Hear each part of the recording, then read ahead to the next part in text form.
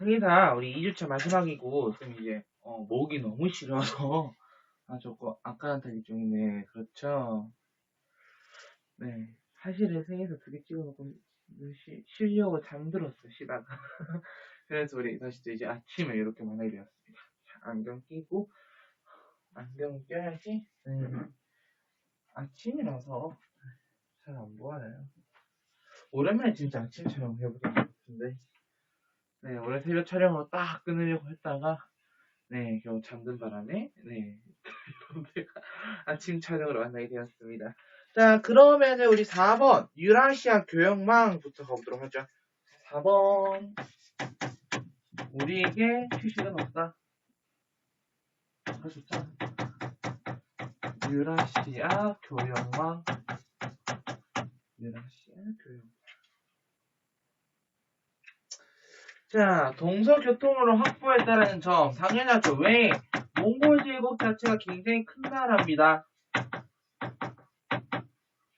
굉장히 크단 말이야. 그래야 당연히 동서교통로를 확보하겠죠.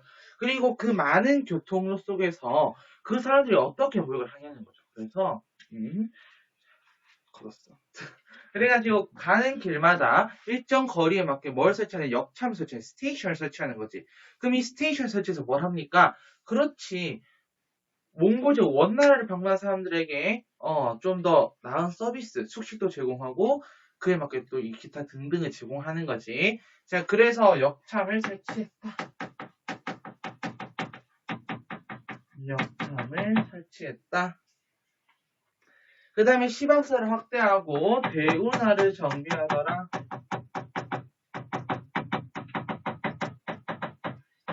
이런 것들을 통해서 좀 더 교역이라든지 물자 운송을 원활하게 하고자 했다라는 거죠. 그 정도 파악을 하면 되겠고, 거기 문화교류 있죠, 문화교류.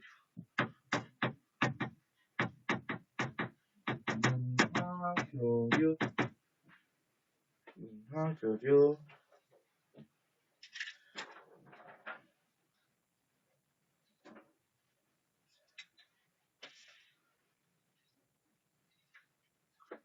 뭐 카르핀이라는 사람들이 우리 거기 인적 물적 나눠져 있다 맞지? 자, 인적 교류, 물적 교류 나눠서 보자. 대표적으로 카르핀이라는 사람도 있고, 뭐 락반서, 막 이 사람 훌라훌루스의 사신이었다고 하는데, 뭐 너네 이런 사람들 다 기억할 필요는 없어요, 사실은. 여기서 가장 중요한 건 딱 이 2명이야. 바로 첫 번째 마르코 폴로. 마르코 폴로 책 무슨 견문록? 동방견문록. 요거 중요하고요. 그 다음에 이븐 바투타의 여행기. 요 2개가 가장 중요하죠. 이븐 바투타의 여행기.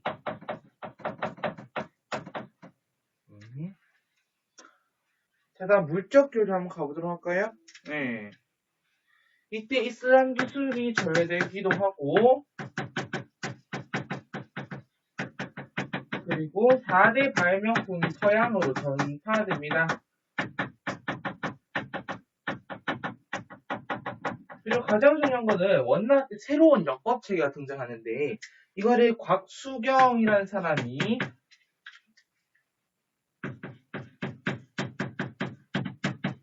수시력으로 시작합니다. 수시력. 역법이 하는데 뭐냐면은, 수시력, 제작. 쉽게 말하면은 월시가 일시 계산과 우리 이제 달력 이런 거 있잖아. 월식, 일시뿐만 아니라 중요한 뭐 길일, 흉일 이런 것들. 그런 거 계산하는 하면 법, 책, 뭐 그런 거라고 생각해 주면 돼요. 우리나라에도 역법사들이 있었죠. 세종대왕 때 대표적인 게 칠정산. 수시력을 제작했다. 그럼 책 한번 보도록 할까요? 자, 교재 52페이지입니다. 52페이지. 잠깐만 얘들아. 이게 다 적혀있네. 52페이지야. 자, 52페이지에 쓰면 어디를 볼 거냐면은, 52페이지는 가볍게 그냥 여러분들 읽고 넘어가면 됩니다. 알겠죠? 오른쪽 가보자. 자료 3번, 원의 민족차별정책, 거기 가보도록 할게요. 자, 얘기했다시피, 이거 좀 열자, 일단. 그렇지. 지금 거기 보이고 있는 게 몽골제를 주입하는 내용이죠. 그거 참고하면 되겠고, 유라시아 교역망 형성. 거기 볼까요? 베네치아 상인 출신인 마르코 폴로는 원의 수도에서 17년간 머물렀다. 귀국한 후에는 동방견문록을 저술한 유럽의 원을 소개하였다. 자, 모로코 출신인 이븐 바투타는 원 말에 원을 방문하였고, 그가 남긴 여행기에 당시 원의 모습이 나타나 있다. 라고 돼 있지. 자, 오른쪽 보자. 자, 여행자에게 중국은 가장 안전하고 좋은 고장이다. 전국의 모든 역참에는 숙소가 있는데 관리자가 서기와 함께 와서 수수께끼 이름을 등록하고 확인 도장을 찍은 다음 숙소 문을 잠근다. 자, 관리자는 기병과 보병을 데리고 늘 머물러 있다. 전국의 모든 역참이 이렇게 하고 있대요. 그렇기 때문에 아무래도 원나라에 올 때는 제일 안전하다고 느꼈던 거죠, 이 사람들이. 자, 그 다음 넘어가 볼까? 4번 문제 볼게요. 59페이지 4번 문제. 요거 보고 이제 명나라, 청나라 넘어갈 거야. 자, 가에 들어간 내용으로 적절한 것을 보기에서 고른 것은 자, 역참 이용 대상의 변화, 역참제, 그리고 다양한 종교와 문화에 대한 관용 정책이 나오고 있어, 맞지? 그럼 봅시다. 기억. 장건이 서역에 파견된 배경은 한나라랑 관련돼 있죠. 결정적으로 흉노를 몰아내기 위해서였지. 자, 니은. 제지술이 이슬람 세계에 전파된 계기, 유라시아 교육을 아까 피겠습니다. 그 다음 동방견문록 맞고요. 참고로 말하면 제지술이 이슬람 세계로 전파된 계기는 이진남주 시대들이에요. 쌤이 실수할 뻔했어요. 제지술 같은 경우는요, 채륜이라는 사람이 이제 한나라 언제 전한 시기, 후한 때요. 자, 그렇기 때문에 제지술이 이슬람 세계로 전파된 건 이때가 아니라 좀 전에 위진남주 시대 때 얘기고.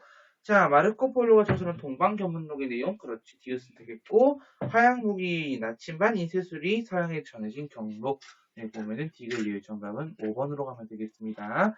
자, 여기서 넘기면 이제 동아시아 세계 변동이라는 파트로 넘어왔어요. 자, 여기서는 이제 명나라, 청나라의 정치사를 정리할 거고, 우리 필기는 이제 17번 명나라로 가봅시다. 17번. 명나라로 가보도록 할게요. 명나라. 1번 건국. 명나라를 건국한 사람은 주원장이라는 사람이고요. 난징에서 건국했어요. 난징. 앞으로 이제 여러분들 난징에 대해서 굉장히 많이 듣게 될 거예요. 뒤에 가면 뭐 난징 조약 이런 것도 볼 거고, 난징 대학살. 어쨌든 난징이라는 지역이 굉장히 중국사에서는 굉장히 중요한 지역입니다. 네, 중요한 지역 중 하나 되겠지. 자, 그래서 이거 볼 건데, 자, 2번 홍무제. 홍무제가 명나라 태조 주원장을 이끄는 말이에요. 이들은 자신을 황제라 불렀잖아, 맞지? 그래서 첫 번째 부분 유교 부흥 돼 있어요. 유교 부흥. 첫 번째 유교를 반포하더라. 유교 반포. 혹시 우리 중에 유교와 관련된 게 있나요? 없네요. 쉽게 생각하면 이런 거야. 우리나라에 조선 세종대 삼강행실도 이런 것처럼 약간 삼강오륜 이런 느낌. 성리학적으로 가족에게는 어떻게 해야 되면 뭐 그런 것들을 정리한 거. 유를 반포하고요. 자, 그 다음에 과거제를 정비합니다. 과거제를 정비하고 그 다음에 학교를 관리해요.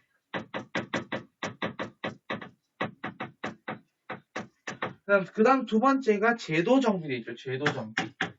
자, 여기 제도 정비에서 너네 이거는 꼭 기억해줘야 돼. 아무리 까먹는다 하더라도 여기 나오는 세 가지 제도는 반드시 기억하고 가야 돼. 알겠지? 첫 번째, 어린 도책. 두 번째, 부역 황책. 세 번째, 이갑제.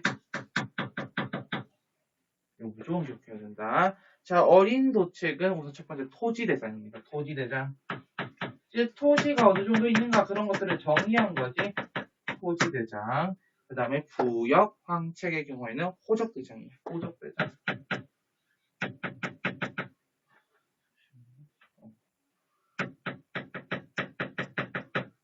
호적대장. 그 다음에 이갑제는 110가구를 갖다가 하나의 이로 규정을 시켜요. 첫 번째. 그리고 나서 이걸 이제 조세를 징수하고 체를 유지하기 위한 어디 보면은 어떻게 보면 이제 마을 공동 조직 그런 느낌인 거죠. 그 다음에 황권 강화.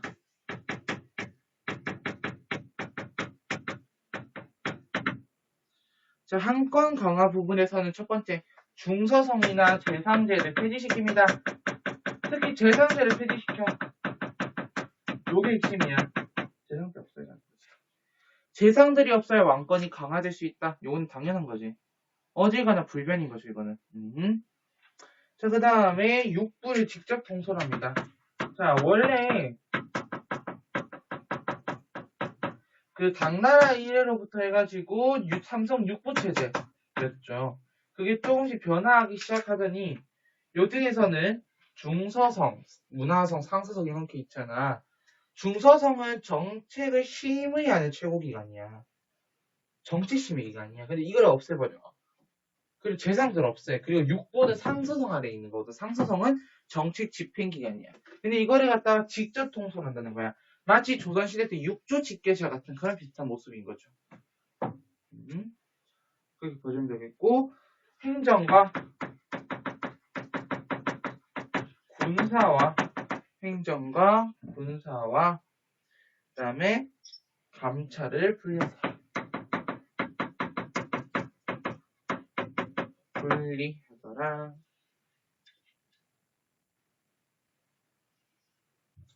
그리고 대외정책은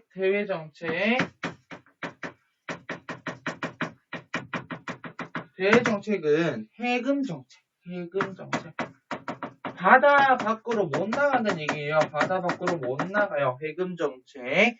그래서 이때는 조선의 조공무역과 일본과의 강항무역만 허용했어. 그래서 사실 그거 어떻게 보면 조공무역의 일환이에요. 그래서 조공무역만 허용했다.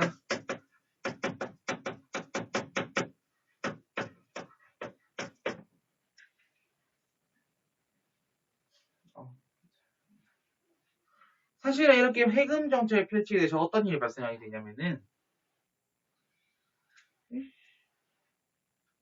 나는 교육을 하고 싶은데 교육을 통해서 밥 먹고 사는 사람들도 있을 거 아니야, 맞지? 밀무역이 성행하게 됩니다.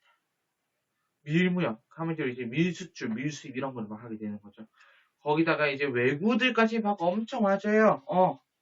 굉장히 그런 진퇴양난의 상태에 빠지게 돼요. 명나라가 나중에. 그래서 명나라는 나중에 어떻게 하냐면은 물론 영락제 이후의 상황이긴 하지만은 북로남이라고 해서 위쪽에서는 계속 그 이제 몽골 애들이 내려오고 있고 아래쪽으로는 계속 왜구들이 쳐들어오고 있는 그런 상황이 펼쳐지게 됩니다. 그게 지금 명나라 상황이고 그다음 우리 이제 3번 가보자. 그래서 실제로 이 당시에 이 명나라가 해금 정책을 펼치면서 가장 이득을 본 나라는 류큐라고 하는 나라예요.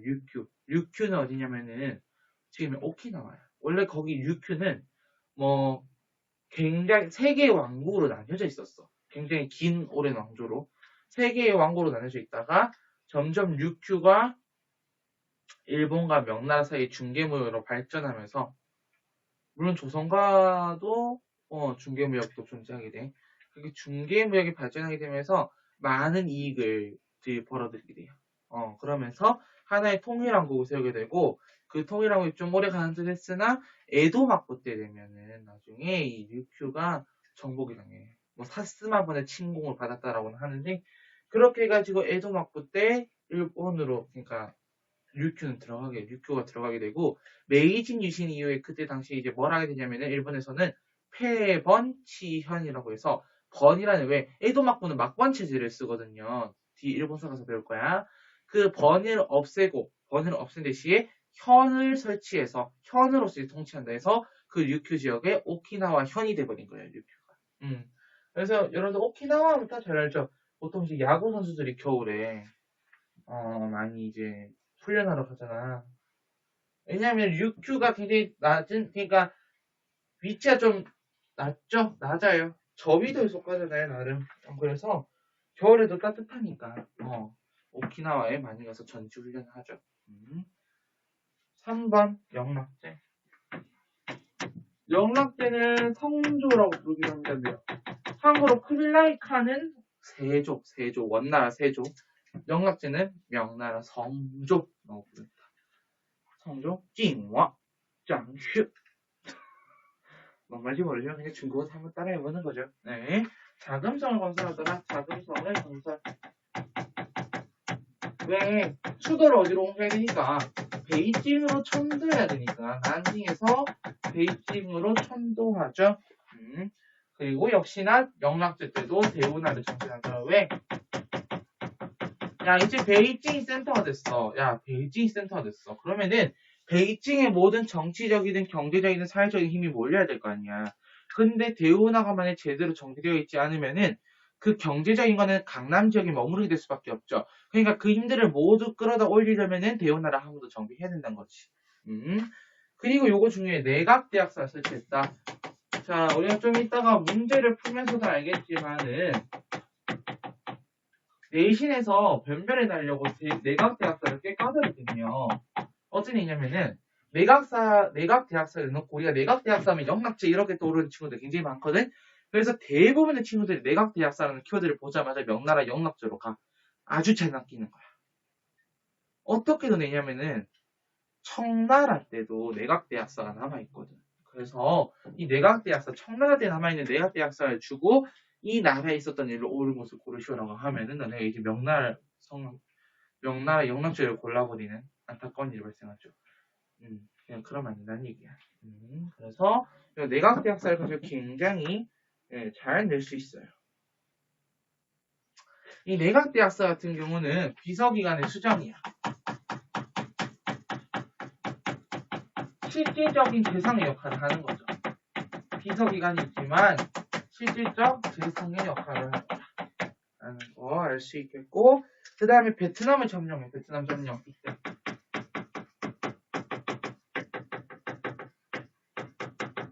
(1407년부터) (1427년까지) 그리고 빨간색 정하의 항해.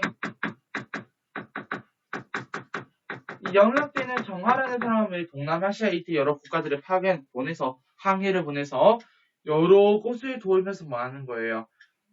조공책봉 관계를 맺고자 하는 거야. 그래서 적어볼까요? 시야 1대 빨간색으로 조공책봉 관계.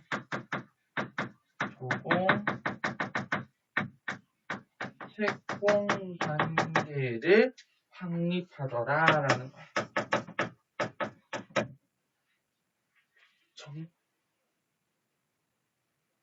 이 정화의 항해가 상당수 굉장히 오래 가죠. 혹시 우리 책에 자료가 있나요? 네, 자료 1번이지. 61페이지 자료 1번 이렇게 있거든. 7차례 걸쳐서 이렇게 왔다 갔다 하죠. 그래서 그거 요런 지도가 나왔다 싶으면은 네, 여러분들 이제 그렇게 연결해서 보면 되겠고, 메카, 막 호르무즈 이런 거, 호르무즈 굉장히 유명하죠. 거기 대화 이렇게 되어 있는데 내가 이 얘기를 잠깐 하고 가야 될 것 같아요. 베트남사에 대한 얘기를 안 하고 갈 수는 없어. 그래서 쌤이 잠깐 언급할게. 자, 베트남 너네가 베트남 구석기 시대부터 잠깐 가볼게. 베트남 구석기 시대는 호아빈 문화라고 불러. 호아빈 문화. 마치 그 중국은 뭐 다원커우 문화, 뭐 양서 문화 이렇게 불렸던 것처럼 호아빈 문화 구석기 시대고, 그 다음에 풍웅무옌으로 바뀌어. 요게 이제 신석기거든. 풍웅무옌. 그 다음에 동선, 요게 청동기야. 근데 이 동선 문화가 한창 유행일 때, 이때 여기 베트남에는 어떤 나라들이 등장하냐? 그 앞에 풍웅무옌 시대 때부터 해서 그러니까 풍무옌 문화가 한창 들어서는 신석기 말기, 신석기 후기부터 해서 본격적으로 이들의 최초의 국가인 발랑국이 등장해요. 발랑국. 그러다가 안즈엉부엉이라는 사람이 어우락 왕국을 수립하고, 그리고 진나라 관리 출신이었던 찌오다라고 하는 사람이 어우락 왕국을 멸망시키고 남비에서 세운다. 이게 그 남비에시야. 한나라한테 멸망했던 그 남비에. 그리고 한나라들 멸망하고 중국의 지배를 쭉 받아. 그러다가 13기쯤 돼가지고요. 독립을 합니다. 그 왕조가 응오 왕조야, 응오. 근데 독립한 지 얼마 안 된 상태라서 굉장히 힘이 약해. 그래서 왕조 교체가 굉장히 많아진다. 그래서 응오, 진, 그 다음에 레 전기 왕조라고 불러. 왜냐면 레 왕조가 레 후기 왕조도 있거든. 그래서 레. 그 다음에 리 왕조는 좀 나름 오래 갑니다. 리 왕조 같은 경우는요. 얘네는 이제 나름 당나라의 문화들을 굉장히 많이 받게 되기 때문에 굉장히 꽤 오래 가요. 그리고 리 왕조 다음에 응원인 레리 쩐 왕조가 돼. 자, 쩐 왕조의 대표적인 인물이 쩐 흥더워라는 사람이 있고 이 당시에 세기가 아니라 이 당시 시기에는 대월석이라는 역사서도 막 편찬될 정도로 이때 대월이라고 해요. 대월. 실제로 이제 원나라 그러니까 몽골 제국이 한창이 베트남 쩐왕조를 공격할 때 막아낸 사람 두 차례 다 막아낸 사람이 쩐흥더워예요. 그리고 이후에 원나라의 침략을 막기 위해서 원나라 좀 잘 지내보자는 뜻의 조공을 바치기도 한다. 그 정도로 어쨌든 쩐왕조 꽤 강했어요. 쩐왕조가 1400년에 끝나게 돼. 그리고 그 사이에 뭐 마광조 막 이런 것도 있긴 한데요. 결정적으로 그 사이에 이제 영락제가 베트남에 점령하게 되면서 또 중국 지배기 20년 동안 거치고 그다음에 응원인 내리쩐 그 다음에 레후기 왕조로 들어갔어요. 레후기 왕조.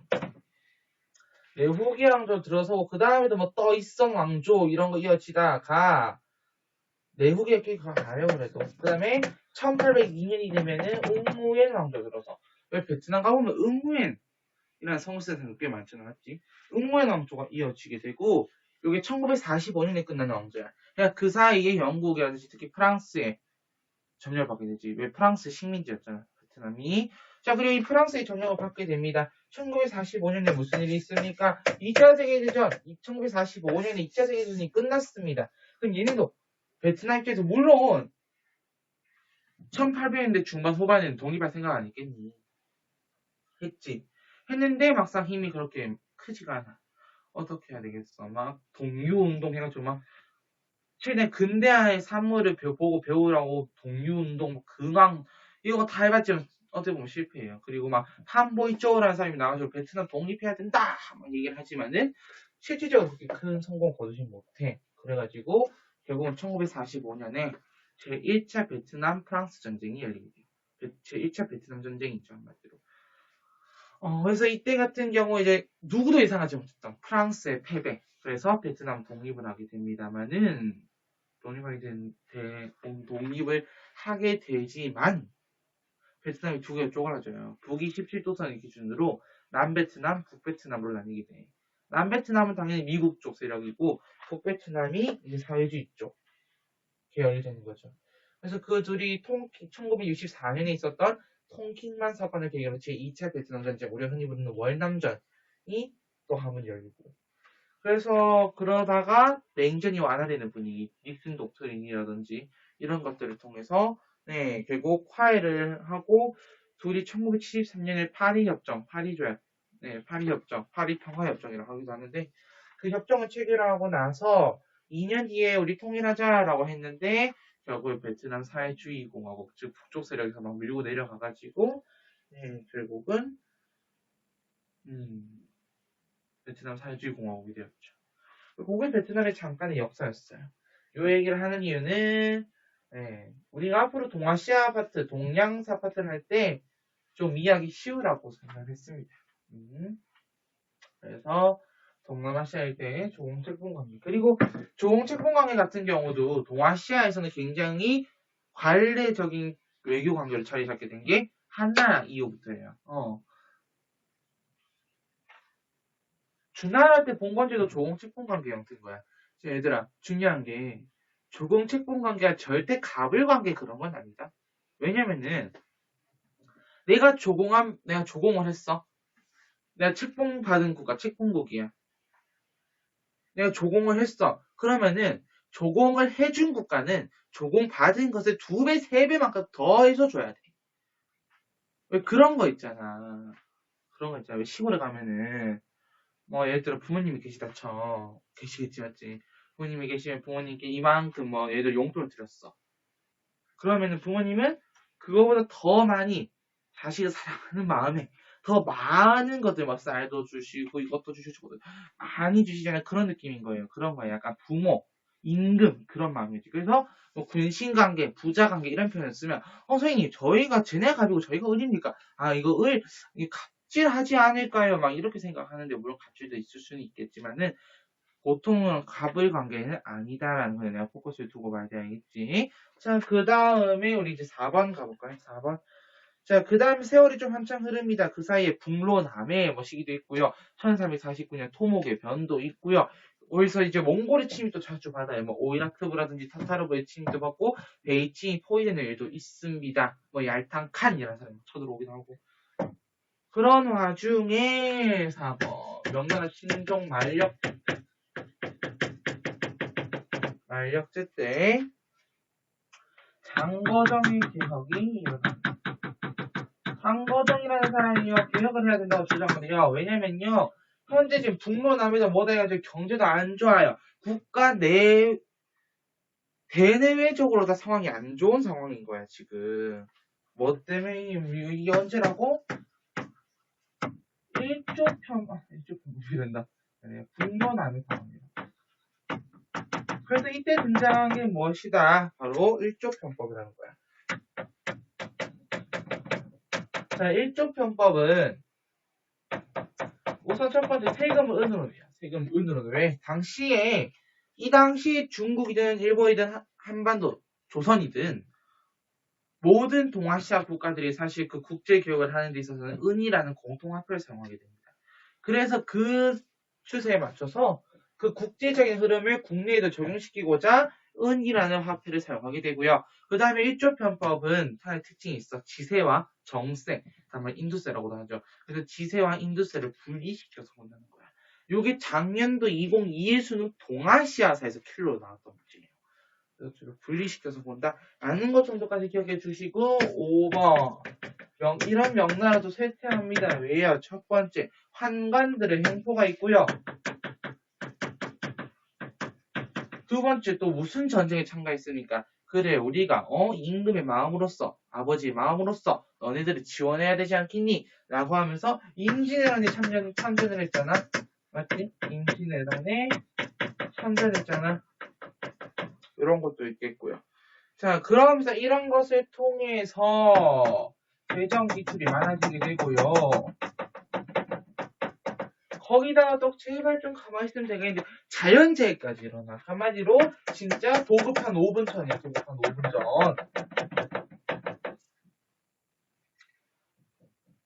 도급한 5분 전입니다. 그래서 명나라가 이렇게 되더라. 그래서 결론적으로 6번 멸망. 농민 반란이었던 노란색 이자성의 난에 의해서 명나라는 멸망합니다. 그 이자성이라는 농민군이 베이징을 점령을 해버려. 베이징을 점령해버리고, 야, 우리가 주인 세상 만들어보자 싶었지, 얘네는. 근데 웬걸? 저 위쪽에서 세력이 점점 내려오고 있네? 얘네 좀 무섭대. 얘네가 내려오고 있대. 이제 그 얘기. 청나라에 대해 가보도록 합시다. 자, 청나라.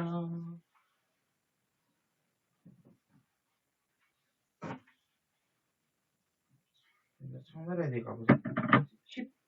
18번.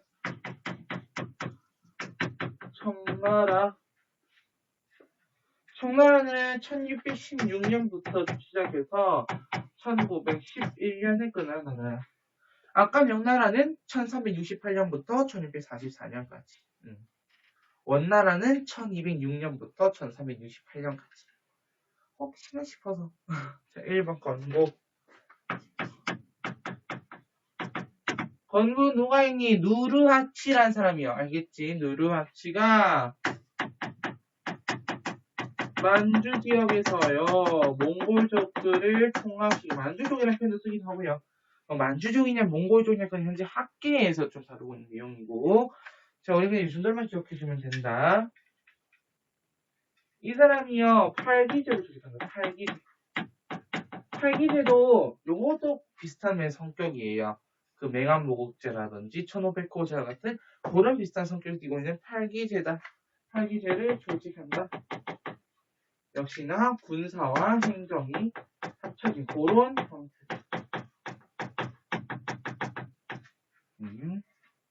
자, 그럼 2번 청나라 태종 홍타이지부터 가보도록 합시다. 자, 누라치 아들입니다. 이 사람은 홍타이지. 우선 이 사람 몽골을 정복한대요. 몽골을 정복. 왜 오이라트브라든지 타타라바 같은 그런 몽골족들이 아직 남아있잖아. 그런 몽골족들을 정복해버리고요. 그 다음에요, 국호를 청으로 바꿔요. 원래 이제 얘네 원래는 후금이라고 했죠. 후금. 국호를 청으로 바꿔. 그리고 이 누라지 시기 때, 뭐 사루 전투 이런 전투를 통해서 명나라 싸우기도 합니다. 그리고 조선을 침략하지. 이게 무슨 호란? 경자호란이었잖아. 조선을 침략하다. 그리고 조선과의 4대 관계를 수립하죠. 왜? 인조가 삼전도의 굴욕을 겪게 되잖아요.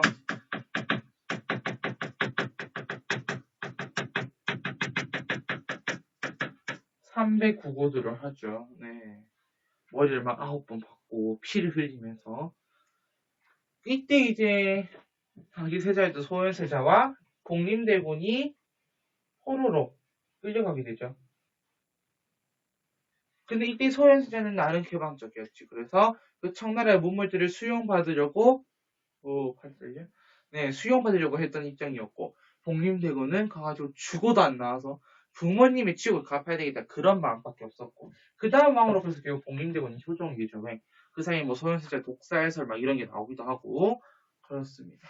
그때 이 소현세자와 교류를 했던 사람이 나와. 그거는 문화파트가 안 나오겠지만은 아담 샬이라는 사람입니다. 이 아담 샬이라는 사람이 시헌역을 보급하는 데 가장 큰 역할을 했던 그런 사람이죠. 순치제 갑시다. 그다음 3번. 자, 순치제 때가 되면요. 아예 대놓고 수도로 옮겨. 이게 어디로? 그렇지. 베이징으로 촌도하자는 얘기야. 그래서 베이징으로 촌도.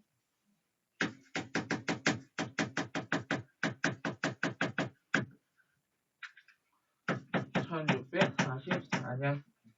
그래서 이자성을 중심으로 한 그 농민군들을 몰아내고 그 땅을 차지하게 된 거죠. 다음 4번 강의들. 지금부터 나오는 4번, 5번, 6번 너무 중요하다. 알겠지? 자, 첫 번째 A 3번의 날.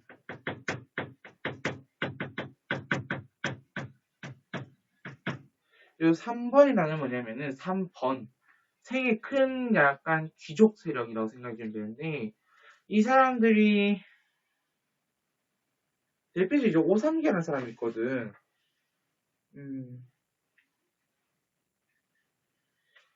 이 사람들은 어떤 사람이냐면은 원래 명나라의 약간 그 밑에 무사, 약간 그런 집안이었어요. 그 나름 큰 집안이었는데 이 사람들이 명나라를 배신하고 청나라가 중국을 딱 정복할 수도 도와준 사람들인데 이 강희제 때가 되면서 번을 없애려고 해요. 왜냐면 얘네 세력이 점점 커지면은 왕권 강화하는데 더 힘들겠다는 생각이 든 거지 강희제는. 그래서 번을 없애려고 했고 그 번을 없애려고 하는 데 있어서 이 3번 큰 세 개의 번들이 있어요. 이 사람 반대라는. 그래서 이렇게 난이 3번의 난이야. 대표적인 사람으로서 우리 책에는 안 적혀 있네요. 오른쪽 적혀 있나? 우리 책에는 안 적혀 있는데 5-3계라고 해가지고 이 사람들이 이제 한족 무장들이거든. 아까 얘기했잖아. 얘네 무사 집안들이라고. 그래서 이 5-3계를 비롯한 그래서 대표적인 사람 5-3계 기억해주면 되고 5-3계가 나왔다 싶으면 3번에 난 이렇게 이어서 가면 돼. 알겠지? 자, 그 다음에 정성공 세력. 이 정성공 세력도 신명 세력입니다. 얘네는 명나라에서 저항하다가 안 되겠으니까 타이안까지 넘어가보자. 그래서 타이안까지 넘어가니까 강희제가 생각을 한 거야. 어떻게 했냐? 그래, 우리도 당분간은 일시적으로 바다 못 나가게 잠궈버리면 되겠다. 그럼 쟤네 잡아가기 좀 더 쉽지 않을 거 아니야. 그리고 내통하는 그런 연락망하고도 연락을 못 할 거 아니야. 맞지? 그런 생각을 하면서 천계령을 반포하게 됩니다. 천계령을 반포해서 청나라 안에 살고 있는 사람들 못 나가게 하는 거예요. 그러면 당연히 이제 쟤네 하이안 정시 세력들, 이 정성공 세력을 진압할 수 있겠지, 맞지? 그래서 이 세력을 진압한다.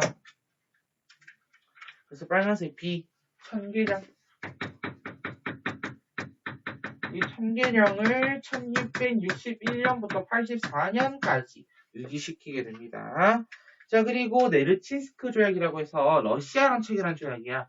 시베리아에 있는 네르친스크라는 지역에서 했고요. 이건 이제 국경, 그리고 내몽골, 외몽골에 관한 그런 소유권 관한 내용들까지 해서 국경 분쟁이 주가 되었습니다. 그래서 네르친스크 조약.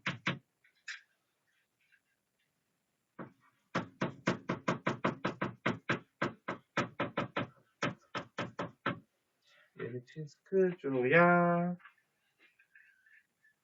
그래서 요건 이제 1289년 러시아랑 체결하게 되겠지. 그래서 세 번째, 외몽골.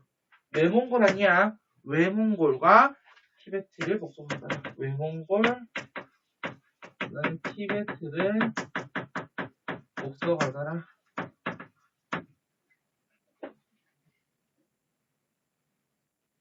그 다음 5번, 옹정제. 자, 옹정제 때 대표적인 거는 군기철 설치했다는 게 가장 포인트. 알지? 군기철 설치했다.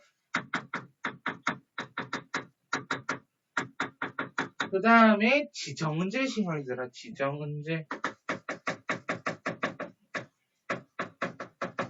쌤이 이제 연도 좋을까 하다가 연도 좋으면 연도 너무 헷갈릴 것 같아서 이거는 쉽게 얘기해 줄게요. 지세랑 정세를 일어나. 아까 1조표법은 어땠어? 지세랑 정세를 분리시켜서 따로 납부했죠. 이거는 지세랑 정세를 일어나야 됩니다. 일어나는 거예요. 하나로. 역시나 세금을 은으로 내는 것은 또 동일하다. 그리고 비밀상주문제도라고 해서 각 지방간들하고 표현하기 좀 그렇죠. 지방간은 아니고 이 지방간들이 황제에게 직접 상주문을 전달하는 거죠. 그래서 뭐 지방에 이런 일이 있고 이런 문제들이 있고 뭐 이런 나쁜 놈들도 있고 이런 여러 내용들을 기록하여 그거를 보내는 겁니다.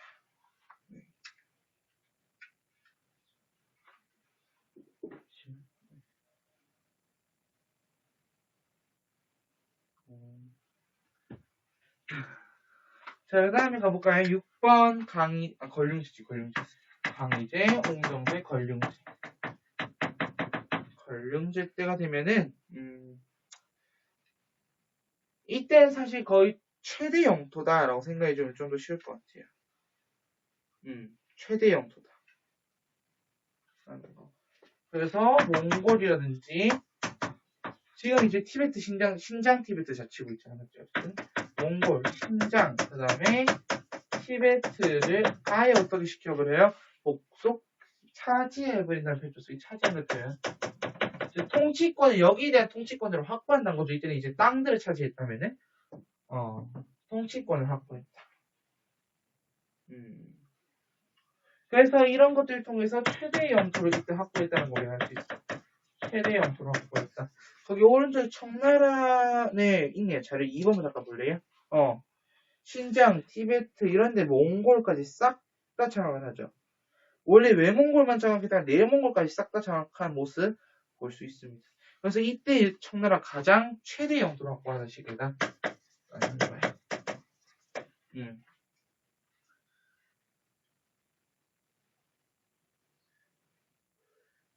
그리고 하나 더 얘기해볼까요? 옹정제 때 뭐가 나오냐면은 요거 하나만 적어 놓을게요. 노란색으로 비밀산정제 옆에다가 대의 강미록 책이에요, 책. 요런 키워드가 나오면은 옹정제로 생각이 좀 되는데 이 대의 강미록은 뭐냐면 쉽게 말하면 이거야. 야, 너네 계속 한족하고 몽골족 따로 나눠 우리 그 유목민족 우리 따로 나눠 보는데 이거야. 야, 중원에 사는 애들면 그냥 한족 아닌데? 그냥 중원에 살면 되는 거잖아. 요렇게 이제 얘기하는 거죠. 자, 그리고 밑에 여러분들 이제 한족집에 관한 정책이 나오는데, 이거 지우고 가볼게. 자, 이 청나라가 한족을 지배하는 방법은 크게 두 가지다. 강경책이냐, 온건책이냐, 둘 중 하나야. 한족 지배. 자, 첫 번째, 강경책 같은 경우는 어떠냐면요. 야, 너 머리 밀어. 막, 왜 그 중트라고 보면 알지 모르겠는데. 막 이렇게 그죠. 머리 막 엄청 길고 그러잖아. 야, 그 됐어. 여기까지는 싹 밀어. 뒤에 짜리가지고 머리 딱 변발을 강조해줘, 변발. 그리고 호복. 자신들의 복장이죠. 호복을 강요한다. 그 다음에 문자의 오옥이라는 게 있어요. 기간도 있거든요, 이게. 1662년부터 1795년까지. 요 기간 동안은 청나라에 대해서 얘네를 욕하거나 그런 낌새가 있는 글조차 쓸 수가 없어. 말로 뱉어낼 수도 조차 없어. 그래서 이 한족 사람들의 반청 사상을 진압하기 위한 그런 걸로 볼 수 있겠다. 자, 그러면 이런 것들을 통해서 강경책만 쓸 거냐? 채찍만 때릴 거야? 아니야. 채찍만 때린다고 해서 다 해결되진 않아. 그래서 당근도 좀 줘야죠. 맞지? 그래서 온건책도 써야죠. 너무 채찍만 때린다고 다 될 게 아니야. 당근도 좀 줘야 돼. 자, 그래서 과거제라든지 그리고 만한병용제 뭐라고 쓸게? 만한병용제. 이거는 만주족과 한족을 같이 병용하겠다라는 얘기야. 만한병용제를 실시한다. 만한병용제 실시. 그 다음에 사고전설을 펼쳐나가다.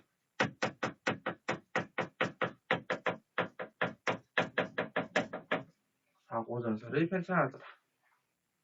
마지막 7번 세태. 세태는 이렇게 한번 적어볼게요. 걸륭의 치 이유. 걸륭의 치. 여기서 치는 치세야. 치욕이야. 치세지. 전성기라고요. 걸륭의 치 이유. 무슨 항이 일어나냐면은 백년교회단이라고. 백년교회단.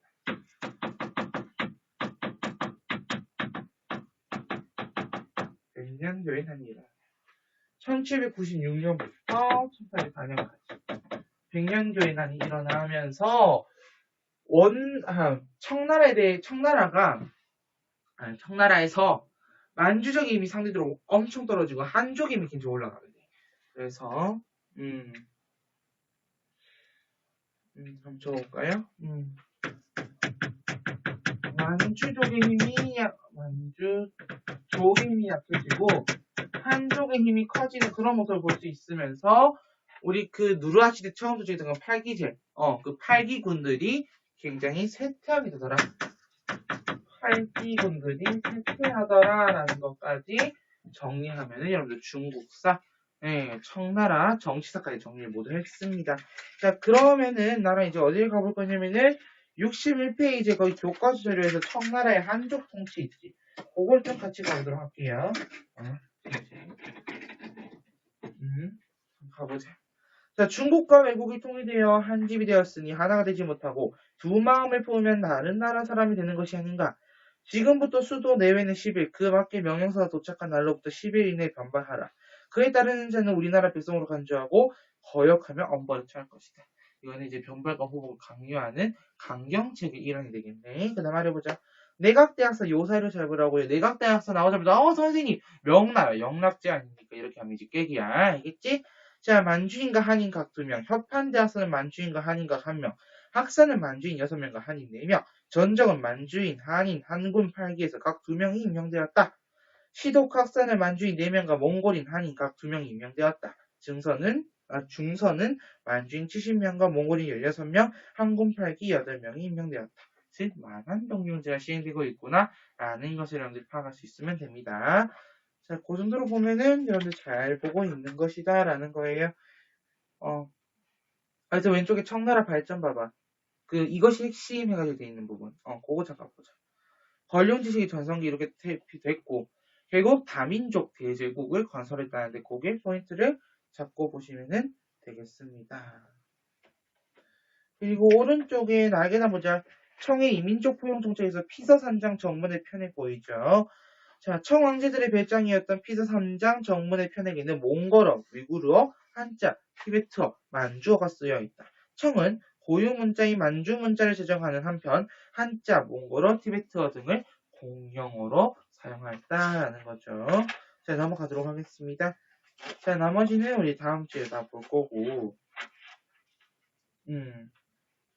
잠깐 97페이지 보도록 할게요. 97페이지. 5번 문제 볼래? 3번에 난 진압하고 타이안 반청세력, 즉 정시 세력을 진압했다. 정성 세력 진압했다. 강희제겠죠. 그러면 네르친스크죠. 아까 그 지난해는. 맞아. 그렇게 가면 돼요. 군기체는 옹정제고, 최대 영토는 걸륭제, 비밀상주 문제도는 옹정제. 청으로 바꾼 이유는 그거는 크게 알 필요는 없습니다. 네. 그냥 우리가 세계사에서는 여러분들 특히 내신을 위해서라면은 이 정도 하시면 그냥 이게 누군가 요 키워드를 봤을 때 얘가 얘야 라는 거 딱딱 떨어지게끔 보시면 됩니다. 청으로 바꾼 사람 누구예요? 홍타이지. 청태종이죠. 넘어가겠습니다. 자, 뒤로 넘겨서 9번 요거는 나중에 보자. 자, 그 다음 69번 잠깐만 69페이지 69번이었죠. 69페이지 서술형 2번 볼래요? 다음 선언을 계기로 시행된 조세제도의 명칭과 그 내용을 서술하시오.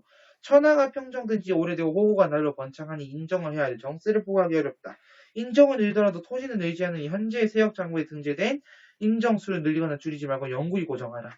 그리고 지금 이후 태어나는 인정으로부터 꼭 정세를 거둘 필요가 없다. 즉 지세랑 정세를 하나로 합치겠다. 네, 지정은제 도입을 얘기하고 있죠. 자, 오른쪽에 있는 요거는 여러분들 알듯이 네, 명성조 영락제에 대한 내용이죠. 1번은. 자, 그리고 뒤로 넘어가겠습니다. 뒤로 넘어가겠습니다.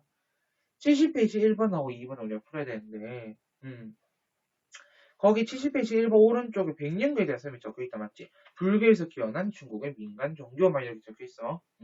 그냥 그렇다라고 정도면 여러분들 알고 계시면 돼요. 알겠지? 자, 그 다음 1번 문제 보도록 합시다. 야, 사진 보이니? 나 지금 자금성 왔어. 황색, 붉은색 좋아. 너무 아름답대요. 야, 역사 시간 이거 배웠잖아. 이 건설한 왕조에 대해 배웠는데 왕조마에게 재정위기를 겪었다네. 왜 재정위기를 겪었는지 알려줄 수 있니? 네, 노트북이 대답하고 있죠? 네, 명나라에 대한 설명입니다. 정답 바로 몇 번으로 갈까요? 5번으로 가야죠. 자, 교초의 남발로 물가가 폭등했다. 원나라 말기죠. 자, 백년교도 중심 홍건적인 나는 역시 원나라 말기네요. 근데 재정위기랑은 관련 없었어. 자, 아방궁 건설된 대규모 토목공사는 진나라. 진시황제 진나라. 자, 북방민족과의 평화를 유지하기 위해 셀피를 제공했다면 그 송나라에 대한 설명 되겠습니다. 자, 그 다음 2번 문제 가보도록 하죠. 자, 다음 지도를 시행한 왕조에 대한 탐구활동으로 적절한 것은 자, 내각대학서는 만주인가 한인가 같으면 이거 이제 아니고도 알겠지. 아까 읽어봤잖니. 이거 무슨 어떤 거예요? 자, 내각대학서 나왔다가 선생님 명나라 성조 영락제 이렇게 가면 된다 안 된다? 안 된다 얘기했습니다. 뒤에 끝까지 읽어보라고 했고요. 그럼 이 만한 변경제고나라는 거 찾으면 된다. 1번 장거정의 기업 명나라 신종 만력제 때 얘기고요. 이갑제 실시한 이유는 명나라 태조 공무제 때 얘기입니다. 자, 그럼 내각대학서 설치는 영락제였지, 맞지? 정화향의 명나라 성조 영락제고, 자, 북명간제, 남명간제 같은 경우는 요 나라의 이원적 통치 구조를 나타내는 제도 되겠습니다. 자, 여기까지 해서 2주차 내용을 모두 정리했고, 자, 그럼 다음 주에 여러분들은 네, 복습 열심히 해주시고요. 네, 복습 열심히 하고 명나라 명청시대 경제사회문화 그리고 일본사 나가도록 하겠습니다. 그럼 다음 주에 볼게요.